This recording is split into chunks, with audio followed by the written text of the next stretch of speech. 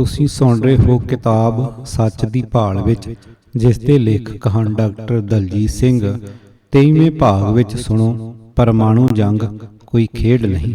ਆਵਾਜ਼ ਗੁਰਜੰਟ ਸਿੰਘ ਰੂਪੋਵਾਲੀ।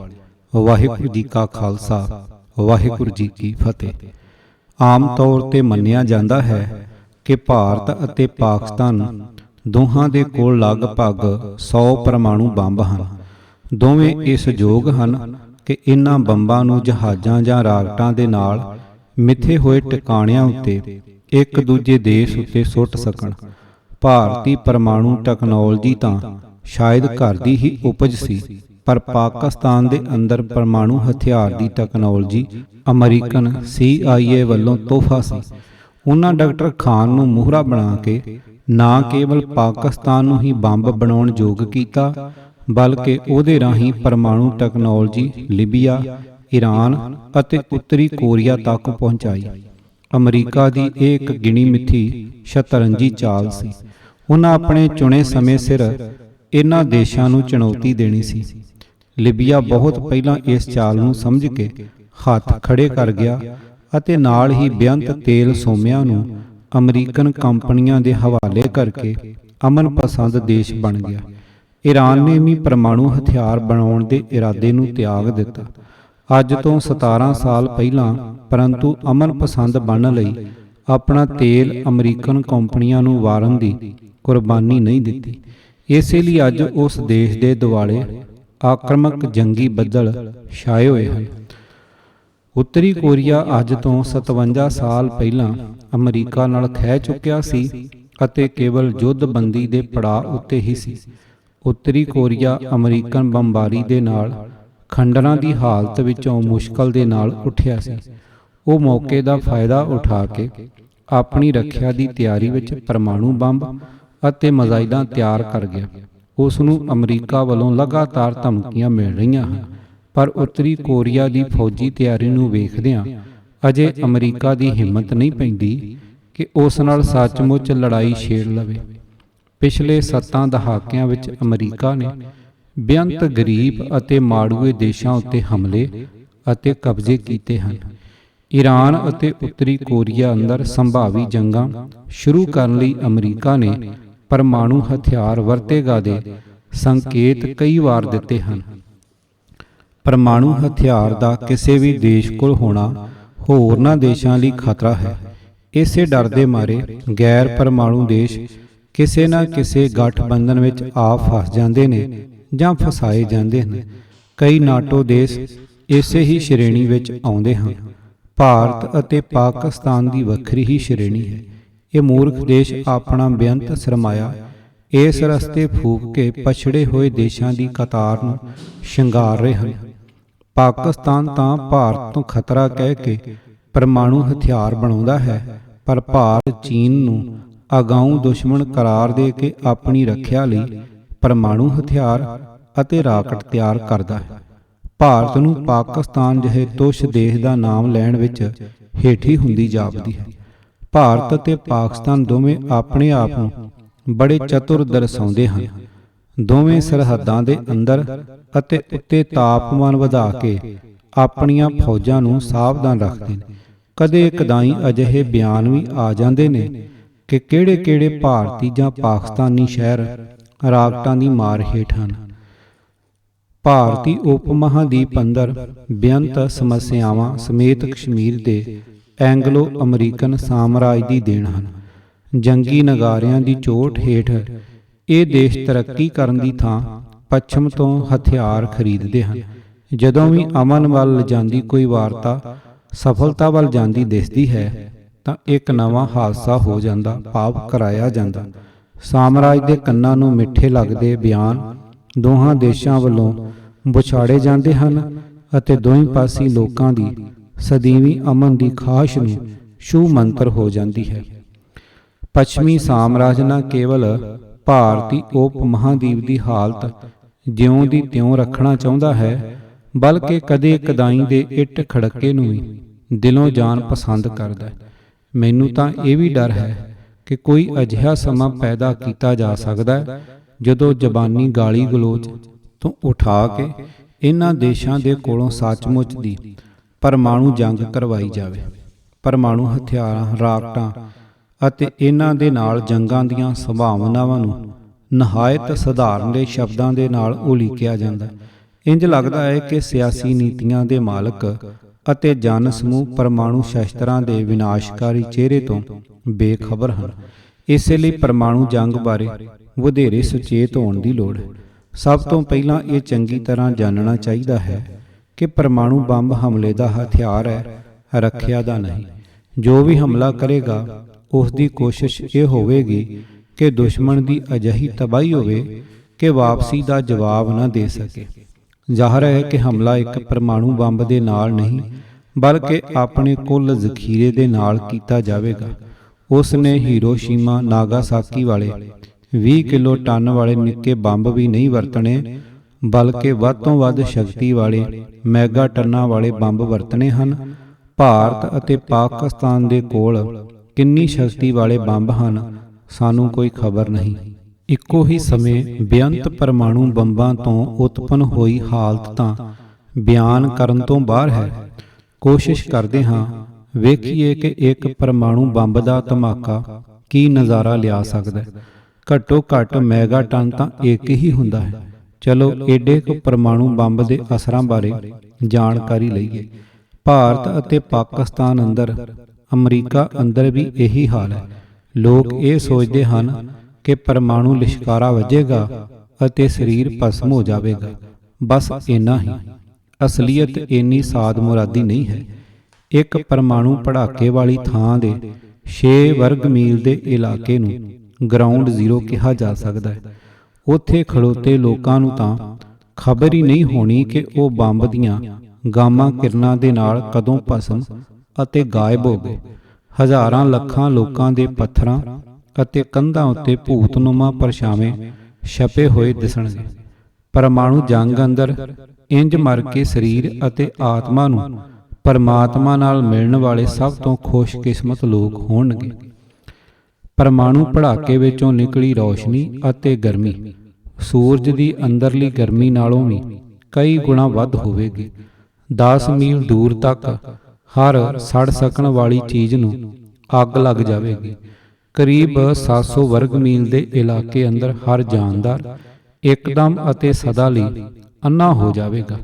ਇਨਸਾਨ, ਪਸ਼ੂ ਪਾਲਤੂ ਜਾਨਵਰ, ਉੜਦੇ ਜਾਂਦੇ ਪੰਛੀ ਆਦਿ, ਨਾ ਕੋਈ ਸਰਕਾਰੀ, ਨਾ ਕੋਈ ਫੌਜੀ, ਨਾ ਹੀ ਕੋਈ ਸਧਾਰਨ ਮਨੁੱਖ ਅੰਨੇ ਹੋਣ ਤੋਂ ਬਚ ਸਕੇਗਾ, ਭਾਵੇਂ ਉਸ ਨੇ ਅੱਖਾਂ ਖੁੱਲੀਆਂ ਰੱਖੀਆਂ ਹੋਣ ਭਾਵੇਂ ਬੰਦ। 50 ਮੀਲ ਦੂਰ ਭਾਵ ਕਰੀਬ 7500 ਵਰਗ ਮੀਲ ਦੇ ਇਲਾਕੇ ਅੰਦਰ ਜੇ ਕਿਸੇ ਨੇ ਇਸ ਪੜਾਕੇ ਵੱਲ ਅੱਖ ਉਠਾ ਕੇ ਵੇਖ ਵੀ ਲਿਆ ਤਾਂ ਉਸ ਦੀ ਅੱਖਾਂ ਦੀ ਕੇਂਦਰੀ ਭਾਗ ਮੈਕੂਲਾ ਪੂਰੀ ਤਰ੍ਹਾਂ ਸੜ ਜਾਵੇਗਾ। ਉਹ ਲੋਕ ਚੱਲਣ ਫਿਰਨ ਜੋਗਾ ਤਾਂ ਵੇਖ ਲੈਣਗੇ ਪਰ ਪੜ੍ਹਨਾ ਜਾਂ ਪਛਾਣਨਾ ਸਦਾ ਲਈ ਨਾਕਸ ਰਹੇਗਾ। ਇੱਕਦਮ ਜਾਂ ਸਕਿੰਟ ਦੇ 10ਵੇਂ ਹਿੱਸੇ ਵਿੱਚ ਮਰਨ ਵਾਲੇ ਖੁਸ਼ਕਿਸਮਤਾਂ ਦੀ ਗਿਣਤੀ ਤਾਂ 10% ਦੇ ਕਰੀਬ ਹੋਵੇਗੀ। ਬਾਕੀ 90% ਮਰਨ ਵਾਲਿਆਂ ਨੂੰ ਹੇਠ ਲਿਖੇ ਦੁੱਖ ਸਹਿਣੇ ਪੈਣਗੇ। ਪੜਾਕੇ ਦੀ ਪ੍ਰੈਸ਼ਰ ਲਹਿਰ ਦੇ ਨਾਲ ਸਰੀਰ ਦੇ ਹਰ ਰਸਤੇ ਵਿੱਚੋਂ ਖੂਨ ਚੋਣਾ ਸ਼ੁਰੂ ਹੋ ਜਾਵੇਗਾ। ਪੜਾਕੇ ਦੀ ਥਾਂ ਤੋਂ ਸੈਂਕੜੇ ਮੀਲ ਰਫ਼ਤਾਰ ਦੀ ਹਨੇਰੀ ਝੁੱਲੇਗੀ ਜੋ 6 ਮੀਲ ਦੂਰ ਜਾ ਕੇ 70 ਮੀਲ ਪ੍ਰਤੀ ਘੰਟਾ ਰਹਿ ਜਾਵੇਗੀ। ਤੇਜ਼ ਹਨੇਰੀ ਨੇ ਬੇਅੰਤ ਕੁਝ ਉਡਾ ਕੇ ਜਾਨਵਰਾਂ ਨਾਲ ਟਕਰਾਉਣਾ ਅਤੇ ਜ਼ਖਮੀ ਕਰਨਾ ਹੈ। ਕੋਈ 100 ਮੀਲ ਦੇ ਚੱਕਰ 7500 ਵਰਗ ਮੀਲ ਵਿੱਚ ਪ੍ਰੈਸ਼ਰ ਲਹਿਰ ਅਤੇ ਹਨੇਰੀ ਨਾਲ ਇਮਾਰਤਾਂ ਅਤੇ ਜਾਨਦਾਰਾਂ ਦੀ ਭਾਰੀ ਤਬਾਹੀ ਹੋਵੇਗੀ। ਲੋਕਾਂ ਦੀਆਂ ਉਲਟੀਆਂ ਨਹੀਂ ਰੁਕਣਗੀਆਂ, ਚਮੜੀ ਉੱਤੇ ਛਾਲੇ ਪੈ ਜਾਣਗੇ, ਬੇਅੰਤ ਤਰੇਹ ਲੱਗੇਗੀ, ਕੋਈ ਪਾਣੀ ਪਿਆਉਣ ਵਾਲਾ ਨਹੀਂ ਮਿਲੇਗਾ ਅਤੇ ਸਿਰ ਦੇ ਵਾਲਾਂ ਦੇ ਗੁੱਛੇ ਝੜਨ ਲੱਗ ਪੈਣਗੇ। ਜਾਨਵਰਾਂ ਦਾ ਵੀ ਇਹੀ ਹਾਲ ਹੋਵੇਗਾ। ਪ੍ਰਭਾਵਿਤ ਲੋਕਾਂ ਨੂੰ ਇਸ ਇਲਾਕੇ ਤੋਂ ਦੂਰ ਲਿਜਾਣਾ ਔਖਾ ਹੋਵੇਗਾ। ਲੱਖਾਂ ਲੋਕਾਂ ਨੂੰ ਕੌਣ ਤੁਰੰਤ ਲਿਜਾਣ ਵਾਲਾ ਹੈ? ਜੇ ਕਾਮਯਾਬੀ ਹੋ ਵੀ ਜਾਵੇ ਤਾਂ ਵੀ ਉੱਪਰ ਲਿਖੀਆਂ ਤਕਲੀਫਾਂ ਤਾਂ ਹੋਣੀਆਂ ਹੀ ਹੋਣੀਆਂ ਹਨ। ਇੱਕ ਮੈਗਾ ਟਨ ਪਰਮਾਣੂ ਪੜਾਕੇ ਤੋਂ ਉੱਠਦਾ ਬੱਦਲ ਕਰੀਬ 10 ਮੀਲ ਉੱਚਾ ਅਤੇ ਇੰਨਾ ਹੀ ਚੌੜਾ ਹੋਵੇਗਾ। ਘੰਟੇ ਕੋ ਪਿੱਛੋਂ ਇਹ ਦੱਸਣੋਂ ਹਟ ਜਾਵੇਗਾ। ਉੱਪਰ ਚੜੀ ਰੇਡੀਓ ਐਕਟਿਵ ਟੁੱਟ ਭੱਜ ਧਰਤੀ ਉੱਤੇ ਬਰਸਾਤ ਵਾਂਗ ਡਿੱਗੇਗੀ। ਰੇਡੀਓ ਐਕਟਿਵ ਬੱਦਲ ਅੰਦਰਲਾ ਮਾਦਾ ਹਵਾ ਦੇ ਰੁੱਖ ਨਾਲ ਖਿਲਰੇਗਾ। ਇਹ ਬੱਦਲ 60 ਮੀਲ ਚੌੜਾ ਅਤੇ 400 ਮੀਲ ਲੰਬਾ ਹੋ ਕੇ ਖਿਲਰੇਗਾ। ਬੇਅੰਤ ਮੌਤਾਂ ਅਤੇ ਤਬਾਹੀ ਦੀ ਜ਼ਿੰਮੇਵਾਰੀ ਦੋਹਾਂ ਦੇਸ਼ਾਂ ਵਿੱਚ ਕੌਣ ਲੈਣ ਵਾਲਾ? ਕੋਈ ਬਚਿਆ ਹੋਵੇਗਾ ਤਾਂ ਬੋਲੋ। ਜੇ ਕੋਈ ਟੀਵੀ ਜਾਂ ਰੇਡੀਓ ਮੀਡੀਆ ਕੰਮ ਕਰਦਾ ਬਚਿਆ ਹੋਵੇਗਾ ਤਾਂ ਹੀ ਖਬਰ ਖਿਲਰੂ। ਸੁਣਨ ਵੇਖਣ ਵਾਲਿਆਂ ਦੇ ਜੰਤਰ ਬਚ ਰਹੇ ਹੋਣਗੇ, ਬਿਜਲੀ ਚੱਲ ਰਹੀ ਹੋਵੇਗੀ। ਹਮਲੇ ਦਾ ਹੁਕਮ ਦੇਣ ਵਾਲੇ ਅਤੇ ਕੰਪਿਊਟਰ ਰਾਹੀਂ ਰਾਕਟ ਦਾਗਣ ਵਾਲੇ ਆਪ ਤਾਂ ਧਰਤੀ ਦੇ ਹੇਠਾਂ ਏਅਰ ਕੰਡੀਸ਼ਨਰ ਭੋਰਿਆਂ ਵਿੱਚ ਹੋਣਗੇ। ਜਦੋਂ ਕਦੇ ਬਾਹਰ ਨਿਕਲ ਕੇ ਵੇਖਣਗੇ ਤਾਂ ਸਮਝ ਆਵੇਗੀ ਕਿ ਉਹਨਾਂ ਨੇ ਕਿੰਨਾ ਭਾਰੀ ਗੁਨਾਹ ਕੀਤਾ ਹੈ। ਪਰਮਾਣੂ ਪੜਾਕੇ ਦਾ ਧੱਕਾ ਮਹਿਸੂਸ ਕਰਨ ਵਾਲੇ ਤਾਂ ਹੈਰਾਨੀ ਅਤੇ ਸਹਿਮ ਨਾਲ ਸੁੰਨ ਪਏ ਹੋਣਗੇ। ਉਹਨਾਂ ਦੀ ਸੋਚਣ ਸ਼ਕਤੀ ਤਾਂ ਸਿਫਰ ਦੇ ਨੇੜੇ ਹੋਵੇਗੀ। ਕਈ ਤਾਂ ਪਲਾਂ ਵਿੱਚ ਪਾਗਲ ਹੋ ਜਾਣਗੇ। ਉਹਨਾਂ ਨੂੰ ਵੀ ਕਿਸਮਤ ਵਾਲੇ ਕਹਿ ਲਵੋ। ਹੁਣ ਤਾਂ ਮਹਾਤੱਤੀ ਅੱਗ ਹਨੇਰੀ ਨੇ ਆਉਣਾ ਹੈ। ਅੱਗ ਹਨੇਰੀ ਮਿੰਟਾਂ ਵਿੱਚ ਹੀ ਤੂਫਾਨ ਵਾਂਗ ਉੱਠੇਗੀ, ਇੰਨੀ ਤੱਤੀ ਕਿ ਪੱਕੀਆਂ ਸੜਕਾਂ ਦੇ ਪੱਥਰ ਵੀ ਪਿਘਲ ਜਾਣਗੇ। ਭੱਜ ਕੇ ਸੜਕ ਟੱਪਣ ਵਾਲੇ ਰਾਹ ਵਿੱਚ ਹੀ ਖੁਰ ਕੇ ਸੜਕ ਵਿੱਚ ਰਲ ਜਾਣਗੇ। ਲੋਕ ਛੱਪੜਾਂ, ਨਹਿਰਾਂ, ਦਰਿਆਵਾਂ ਵਿੱਚ ਛਾਲਾਂ ਮਾਰਨਗੇ। ਜਿਉਂ ਹੀ ਸਰੀਰ ਨੂੰ ਪਾਣੀਓਂ ਬਾਹਰ ਕੱਢਣਗੇ ਫਿਰ ਅੱਗ ਲੱਗ ਜਾਵੇਗੀ। ਬਚਣ ਦਾ ਤਾਂ ਸਵਾਲ ਹੀ ਨਹੀਂ ਉੱਠਦਾ। ਇਹ ਸੜ ਮਰਨ ਵਾਲੇ ਵੀ ਥੋੜ੍ਹਾ ਬਹੁਤ ਕਿਸਮਤ ਵਾਲੇ ਸਮਝੋਗੇ। ਜਦੋਂ ਅਗਲਿਆਂ ਦਾ ਹਾਲ ਪੜ੍ਹੋਗੇ ਤਾਂ ਬੇਅੰਤ ਬਚੇ ਹੋਏ ਕੁਝ ਚਿਰ ਲਈ ਆਪਣੇ ਆਪ ਨੂੰ ਠੀਕ ਠਾਕ ਸਮਝਣਗੇ। ਉਹਨਾਂ ਨੂੰ ਆਉਣ ਵਾਲੀ ਭਿਆਨਕ ਦੁਖਦਾਈ ਮੌਤ ਦਾ ਗਿਆਨ ਹੌਲੀ ਹੌਲੀ ਹੋਣਾ ਹੈ। ਸ਼ੁਰੂਆਤ ਹੁੰਦੀ ਹੈ ਚਮੜੀ ਦੀ ਝੁਣਝੁਣਾਹਟ ਦੇ ਨਾਲ। ਦਰਅਸਲ ਅੰਦਰਲੇ ਸਰੀਰ ਦਾ ਕਿਣਕਾ ਕਿਣਕਾ ਮਾਲੀਕਿਊਲ ਦੀ ਪੱਧਰ ਉੱਤੇ ਟੁੱਟ ਚੁੱਕਾ ਹੁੰਦਾ ਹੈ। ਫੇਫੜੇ, ਜਿਗਰ, ਆਂਦਰਾਂ, ਦਿਲ, ਗੁਰਦੇ ਆਦਿ ਸਭ ਲਹੂ ਲੁਹਾਨ ਪਿਲ-ਪਿਲੇ ਹੋ ਜਾਂਦੇ ਹਨ। ਸਰੀਰ ਦੀ ਹਰ ਮੋਰੀ ਵਿੱਚੋਂ ਲਹੂ ਸਿੰਮਦਾ ਹੈ। ਅਖੀਰ ਮੌਤ ਹੀ ਇੱਕ ਦੇਵੀ ਵਾਂਗ ਆ ਕੇ ਦੁੱਖਾਂ ਤੋਂ ਛੁਟਕਾਰਾ ਦਿਵਾਉਂਦੀ ਹੈ। ਮੌਤ ਨੇ ਇੱਥੇ ਹੀ ਬਸ ਨਹੀਂ ਕਰ ਦੇਣੀ। ਰੇਡੀਓ ਐਕਟਿਵ ਕਿਣਕੇ ਬੜੀ ਦੂਰ ਤੱਕ ਬਲਕਿ ਕੁੱਲ ਦੁਨੀਆ ਅੰਦਰ ਫੈਲਣੇ ਹਨ ਅਤੇ ਕੈਂਸਰ, ਲਿਊਕੀਮੀਆ ਦੇ ਨਾਲ ਬੇਅੰਤ ਜੱਦੀ ਰੋਗਾਂ ਦਾ ਕਾਰਨ ਬਣਨੇ ਹਨ। ਪਰਮਾਣੂ ਹਥਿਆਰਾਂ ਨੂੰ ਕੀ ਪਤਾ ਕਿ ਜੰਗ ਬੰਦ ਹੋ ਗਈ ਹੈ। ਉਹਨਾਂ ਦੇ ਕਿਣਕੇ ਜਿਸ ਕਿਸੇ ਅੰਦਰ ਗਏ ਉਸ ਦਾ ਸਮਝੋ ਕਿਸੇ ਭਿਆਨਕ ਰੋਗ ਦੇ ਨਾਲ ਕਲਿਆਣ ਹੋ ਗਿਆ। ਪਰਮਾਣੂ ਕਿਣਕਿਆਂ ਨੇ ਦਰਿਆਵਾਂ, ਨਹਿਰਾਂ ਦੇ ਪਾਣੀਆਂ ਦੇ ਨਾਲ ਵਹਿ ਕੇ ਦੂਰ ਦੁਰਾਡੇ ਪਹੁੰਚ ਕੇ ਮਾਰ ਕਰਨੀ ਹੈ। ਹਨੇਰੀਆਂ ਤੇ ਬਾਰਿਸ਼ਾਂ ਨੇ ਵੀ ਇਹੀ ਕੁਝ ਕਰਨਾ ਹੈ। ਪਰਮਾਣੂ ਹਥਿਆਰ ਦੇਸ਼ਾਂ ਦੀਆਂ ਸਿਆਸੀ ਸਰਹੱਦਾਂ ਨੂੰ ਨਹੀਂ ਪਛਾਣਦੇ। ਉਹਨਾਂ ਲਈ ਤਾਂ ਲਾਹੌਰ ਅਤੇ ਅੰਮ੍ਰਿਤਸਰ ਇੱਕ ਹੀ ਹੈ। ਪਰਮਾਣੂ ਬੰਬ ਕਿਸੇ ਇੱਕ ਉੱਤੇ ਫਟ ਜਾਵੇ ਤਾਂ ਬਾਅਦ ਦੋਵੇਂ ਹੀ ਹੋਣਗੇ। ਜੇ ਦੋਹਾਂ ਉੱਤੇ ਹਮਲਾ ਹੋਇਆ ਫਿਰ ਤਾਂ ਕੁਝ ਕਹਿਣ ਸੁਣਨ ਦੀ ਲੋੜ ਹੀ ਨਹੀਂ। ਦੋਵੇਂ ਸ਼ਹਿਰ ਰਲ ਕੇ ਇੱਕ ਨਵਾਂ ਖੰਡਰ ਸ਼ਹਿਰ ਬਣਾਉਣਗੇ ਜੋ ਸਦੀਵੀ ਹੋਵੇਗਾ। ਜੇ ਪਰਮਾਣੂ ਬੰਬ ਹਵਾ ਵਿੱਚ ਫਟਾਇਆ ਜਾਵੇ ਤਾਂ ਉਸ ਤੋਂ ਉਪਜਦੀਆਂ ਜ਼ੋਰਦਾਰ ਬਿਜਲ ਚੁੰਬਕੀ ਤਰੰਗਾਂ, ਇਲੈਕਟ੍ਰੋਮੈਗਨੈਟਿਕ ਲਹਿਰਾਂ, ਉੱਚ ਤਕਨੀਕ ਇਲੈਕਟ੍ਰਾਨਿਕ ਸਾਜ਼ੋ ਸਮਾਨ ਦੇ ਕੰਮ ਵਿੱਚ ਤਬਾਹੀ ਲੈ ਆਉਂਦੀਆਂ ਹਨ।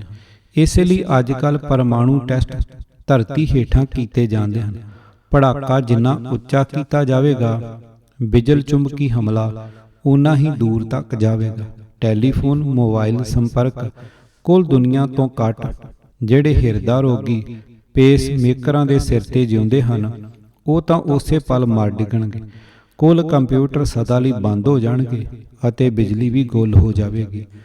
ਉੱਡ ਰਹੇ ਸਵਾਰੀ ਅਤੇ ਤਜਾਰਤੀ ਹਵਾਈ ਜਹਾਜ਼ ਬੇਕਾਬੂ ਹੋ ਕੇ ਧੜਮ ਡਿੱਗਣਗੇ। ਇਸ ਪਿੱਛੋਂ ਹਵਾਈ ਸਹਾਇਤਾ ਕਿਹੜੇ ਪਾਸਿਓਂ ਆਉਣੀ ਹੈ? ਜਦੋਂ ਵੀ ਭਾਰਤ ਅਤੇ ਪਾਕਿਸਤਾਨ ਅੰਦਰ ਪਰਮਾਣੂ ਤਜਰਬੇ ਹੋਏ ਹਨ, ਮੂੜ ਸਿਆਸੀਆਂ ਦੀ ਚੁੱਕ ਵਿੱਚ ਆ ਕੇ ਲੋਕਾਂ ਨੇ ਸੜਕਾਂ ਉੱਤੇ ਜਸ਼ਨ ਮਨਾਏ ਹਨ, ਲੱਡੂ ਵੰਡੇ ਹਨ। ਪਰਮਾਣੂ ਮੰਦਰ ਉਸਾਰਨ ਦੀ ਗੱਲ ਹੋਈ ਹੈ। ਕਿਉਂ ਭਲਾ? ਨਿਰੀ ਮੂਰਖਤਾ। ਘਰਾਂ ਦੇ ਅੰਦਰ ਜਿੱਥੇ ਵੀ ਕੋਈ ਧਾਤ ਵਰਤੀ ਗਈ ਹੈ, ਇੱਕਦਮ ਬੇਅੰਤ ਬਿਜਲੀ ਉੱਚੀ ਚੜ੍ਹ ਜਾਵੇਗੀ, ਜਿਸ ਨਾਲ ਕੁੱਲ ਮੋਟਰਾਂ ਆਦਿ ਇਲੈਕਟ੍ਰੋਨਿਕ ਉਪਕਰਨ ਸੜ ਜਾਣਗੇ। ਫਿਰ ਪੀਣ ਲਈ ਪਾਣੀ ਕਿੱਥੋਂ ਆਵੇਗਾ? ਕੋਈ ਵੀ ਕੰਮ ਨਵੇਂ ਸਿਰਿਓਂ ਕਿਵੇਂ ਸ਼ੁਰੂ ਕਰਨਾ ਹੈ? ਰੇਲਵੇ ਲਾਈਨਾਂ, ਟੈਲੀਫੋਨ ਤਾਰਾਂ, ਮੋਟਰ ਗੱਡੀਆਂ, ਗੱਲ ਕੀ ਧਾਤ ਵਾਲੀਆਂ ਚੀਜ਼ਾਂ ਅੰਦਰ ਇੱਕੋ ਹੀ ਸਮੇਂ ਬੇਅੰਤ ਸ਼ਕਤੀ ਨੇ ਪ੍ਰਵੇਸ਼ ਕਰਨਾ ਹੈ ਅਤੇ ਇੱਕੋ ਹੀ ਪਲ ਵਿੱਚ ਕੁੱਲ ਗੈਸ ਸਿਲੰਡਰ, ਟੈਂਕੀਆਂ, ਕਾਰਾਂ ਅਤੇ ਟਰੱਕ ਫਟ ਜਾਣਗੇ। ਜੋ ਚੀਜ਼ ਪਾਟੇਗੀ ਨਹੀਂ ਉਹ ਕੰਮ ਕਰਨ ਤੋਂ ਤਾਂ ਹਟ ਹੀ ਜਾਵੇਗੀ। ਅਜੇ ਤਾਂ ਇੱਕੋ ਹੀ ਮੈਗਾਟਨ ਦੇ ਪਰਮਾਣੂ ਬੰਬ ਦੇ ਨਤੀਜਿਆਂ ਤੋਂ ਜਾਣਕਾਰੀ ਲੈਣ ਦੀ ਕੋਸ਼ਿਸ਼ ਕੀਤੀ ਹੈ। ਜੇ ਬੰਬਾਂ ਦੀ ਗਿਣਤੀ ਦਰਜਨਾਂ ਤੋਂ ਉੱਪਰ ਹੋਈ ਜਾਂ ਬੰਬ ਵੱਡਾ ਹੋਇਆ ਤਾਂ ਕੁੱਲ ਹਿੰਦ, ਪਾਕਿਸਤਾਨ ਖੰਡਰਸਤਾਨ ਹੋਂਦ ਵਿੱਚ ਆ ਜਾਵੇਗਾ। ਕਿਸੇ ਫੌਜੀ ਪਰਮਾਣੂ ਪ੍ਰਾਪਤੀ ਸਮੇਂ ਭੰਗੜੇ ਅਤੇ ਲੱਡੂਆਂ ਦੀ ਕੋਈ ਥਾਂ ਨਹੀਂ। ਗੰਭੀਰ ਵਿਚਾਰਾਂ ਦੀ ਲੋੜ ਹੈ। ਪਰਮਾਣੂ ਹਥਿਆਰਾਂ ਦੇ ਵਿਕਾਸ ਦੀ ਥਾਂ ਕੁੱਲ ਦੇਸ਼ਾਂ ਨੂੰ ਬਹੁਪੱਖੀ ਵਿਕਾਸ ਵੱਲ ਧਿਆਨ ਦੇਣਾ ਚਾਹੀਦਾ ਹੈ। ਪਰਮਾਣੂ ਡਿਪਲੋਮੇਸੀ ਨਾਂ ਦੀ ਕੋਈ ਚੀਜ਼ ਨਹੀਂ। ਪਰਮਾਣੂ ਹਥਿਆਰਾਂ ਨੂੰ ਕੁੱਲ ਦੇਸ਼ਾਂ ਅੰਦਰੋਂ ਖਤਮ ਕਰਨ ਲਈ ਲੋਕਾਈ ਨੂੰ ਇਕਜੁੱਟ ਹੋਣਾ ਚਾਹੀਦਾ ਹੈ। ਸੰਨ 2000 ਦੇ ਅੰਤ ਜਾਂ 2000 ਦੇ ਸ਼ੁਰੂ ਵਿੱਚ ਇੱਕ ਯੂਰਪੀ ਅਮਰੀਕੀ ਡੈਲੀਗੇਸ਼ਨ, ਜਿਸ ਦੀ ਅਗਵਾਈ ਅਮਰੀਕਨ ਮੀਤ ਸਕੱਤਰ ਕ੍ਰਿਸਟੀਨਾ ਰੋਕਾ ਕਰ ਰਹੀ ਸੀ, ਅੰਮ੍ਰਿਤਸਰ ਵਿੱਚੋਂ ਲੰਘਿਆ। ਰਾਤ ਨੂੰ ਪ੍ਰਸ਼ਾਸਨ ਵੱਲੋਂ ਕਰਵਾਏ ਭੋਜ ਸਮੇਂ ਮੈਂ ਇੱਕੋ ਇੱਕ ਗੈਰ ਸਰਕਾਰੀ ਸ਼ਹਿਰੀ ਸਾਂ। ਗੱਲਾਂ ਵਿੱਚ ਮੈਂ ਇੱਕ ਯੂਰਪੀ ਇਸਤਰੀ ਨੂੰ ਉਹਨਾਂ ਦੇ ਹਿੰਦ ਪਾਕਿਸਤਾਨ ਦੌਰੇ ਦੇ ਕਾਰਨ ਬਾਰੇ ਪੁੱਛਿਆ। ਉਸ ਨੇ ਜਵਾਬ ਦਿੱਤਾ, "we are looking at the possible nuclear flash point", ਭਾਵ ਭਵਿੱਖ ਵਿੱਚ ਸੰਭਵ ਪਰਮਾਣੂ ਲੜਾਈ ਦਾ ਖਿੱਤਾ। ਉਦੋਂ ਕਾਰਗਿਲ ਦਾ ਝਗੜਾ ਨਹੀਂ ਸੀ ਸ਼ੁਰੂ ਹੋਇਆ। ਬਾਹਰਲੀਆਂ ਸ਼ਕਤੀਆਂ ਨੂੰ ਇਲਹਾਮ ਹੁੰਦਾ ਹੈ ਜਾਂ ਜੰਗਾਂ ਦੇ ਪਿੱਛੇ ਇਹ ਆਪ ਹੁੰਦੀਆਂ ਨੇ। ਕਾਰਲ ਕਲਾਸਵਿਟਜ਼ 1780 ਤੋਂ 1831 ਇੱਕ ਜਰਮਨ ਫਿਲਾਸਫਰ ਦੇ ਕਥਨ ਅਨੁਸਾਰ ਜੰਗ ਸਿਆਸਤ ਨੂੰ ਜਾਰੀ ਰੱਖਣ ਦਾ ਇੱਕ ਵੱਖਰਾ ਰੂਪ ਹੈ। ਇਸ ਸਿਆਸਤ ਨੂੰ ਸਮਝਣ ਦੀ ਲਗਾਤਾਰ ਕੋਸ਼ਿਸ਼ ਕਰਨਾ ਹਰ ਸਮਝਦਾਰ ਪ੍ਰਾਣੀ ਦਾ ਫਰਜ਼ ਹੈ। ਕਿਤਾਬ ਸੱਚ ਦੀ ਭਾਲ ਵਿੱਚ, ਲੇਖਕ ਡਾਕਟਰ ਦਲਜੀਤ ਸਿੰਘ। ਪੂਰੀ ਕਿਤਾਬ ਸੁਣਨ ਲਈ YouTube channel Gurjant Singh Rupowali subscribe ਕਰੋ। ਵਾਹਿਗੁਰੂ ਜੀ ਕਾ ਖਾਲਸਾ, ਵਾਹਿਗੁਰੂ ਜੀ ਕੀ ਫਤਿਹ।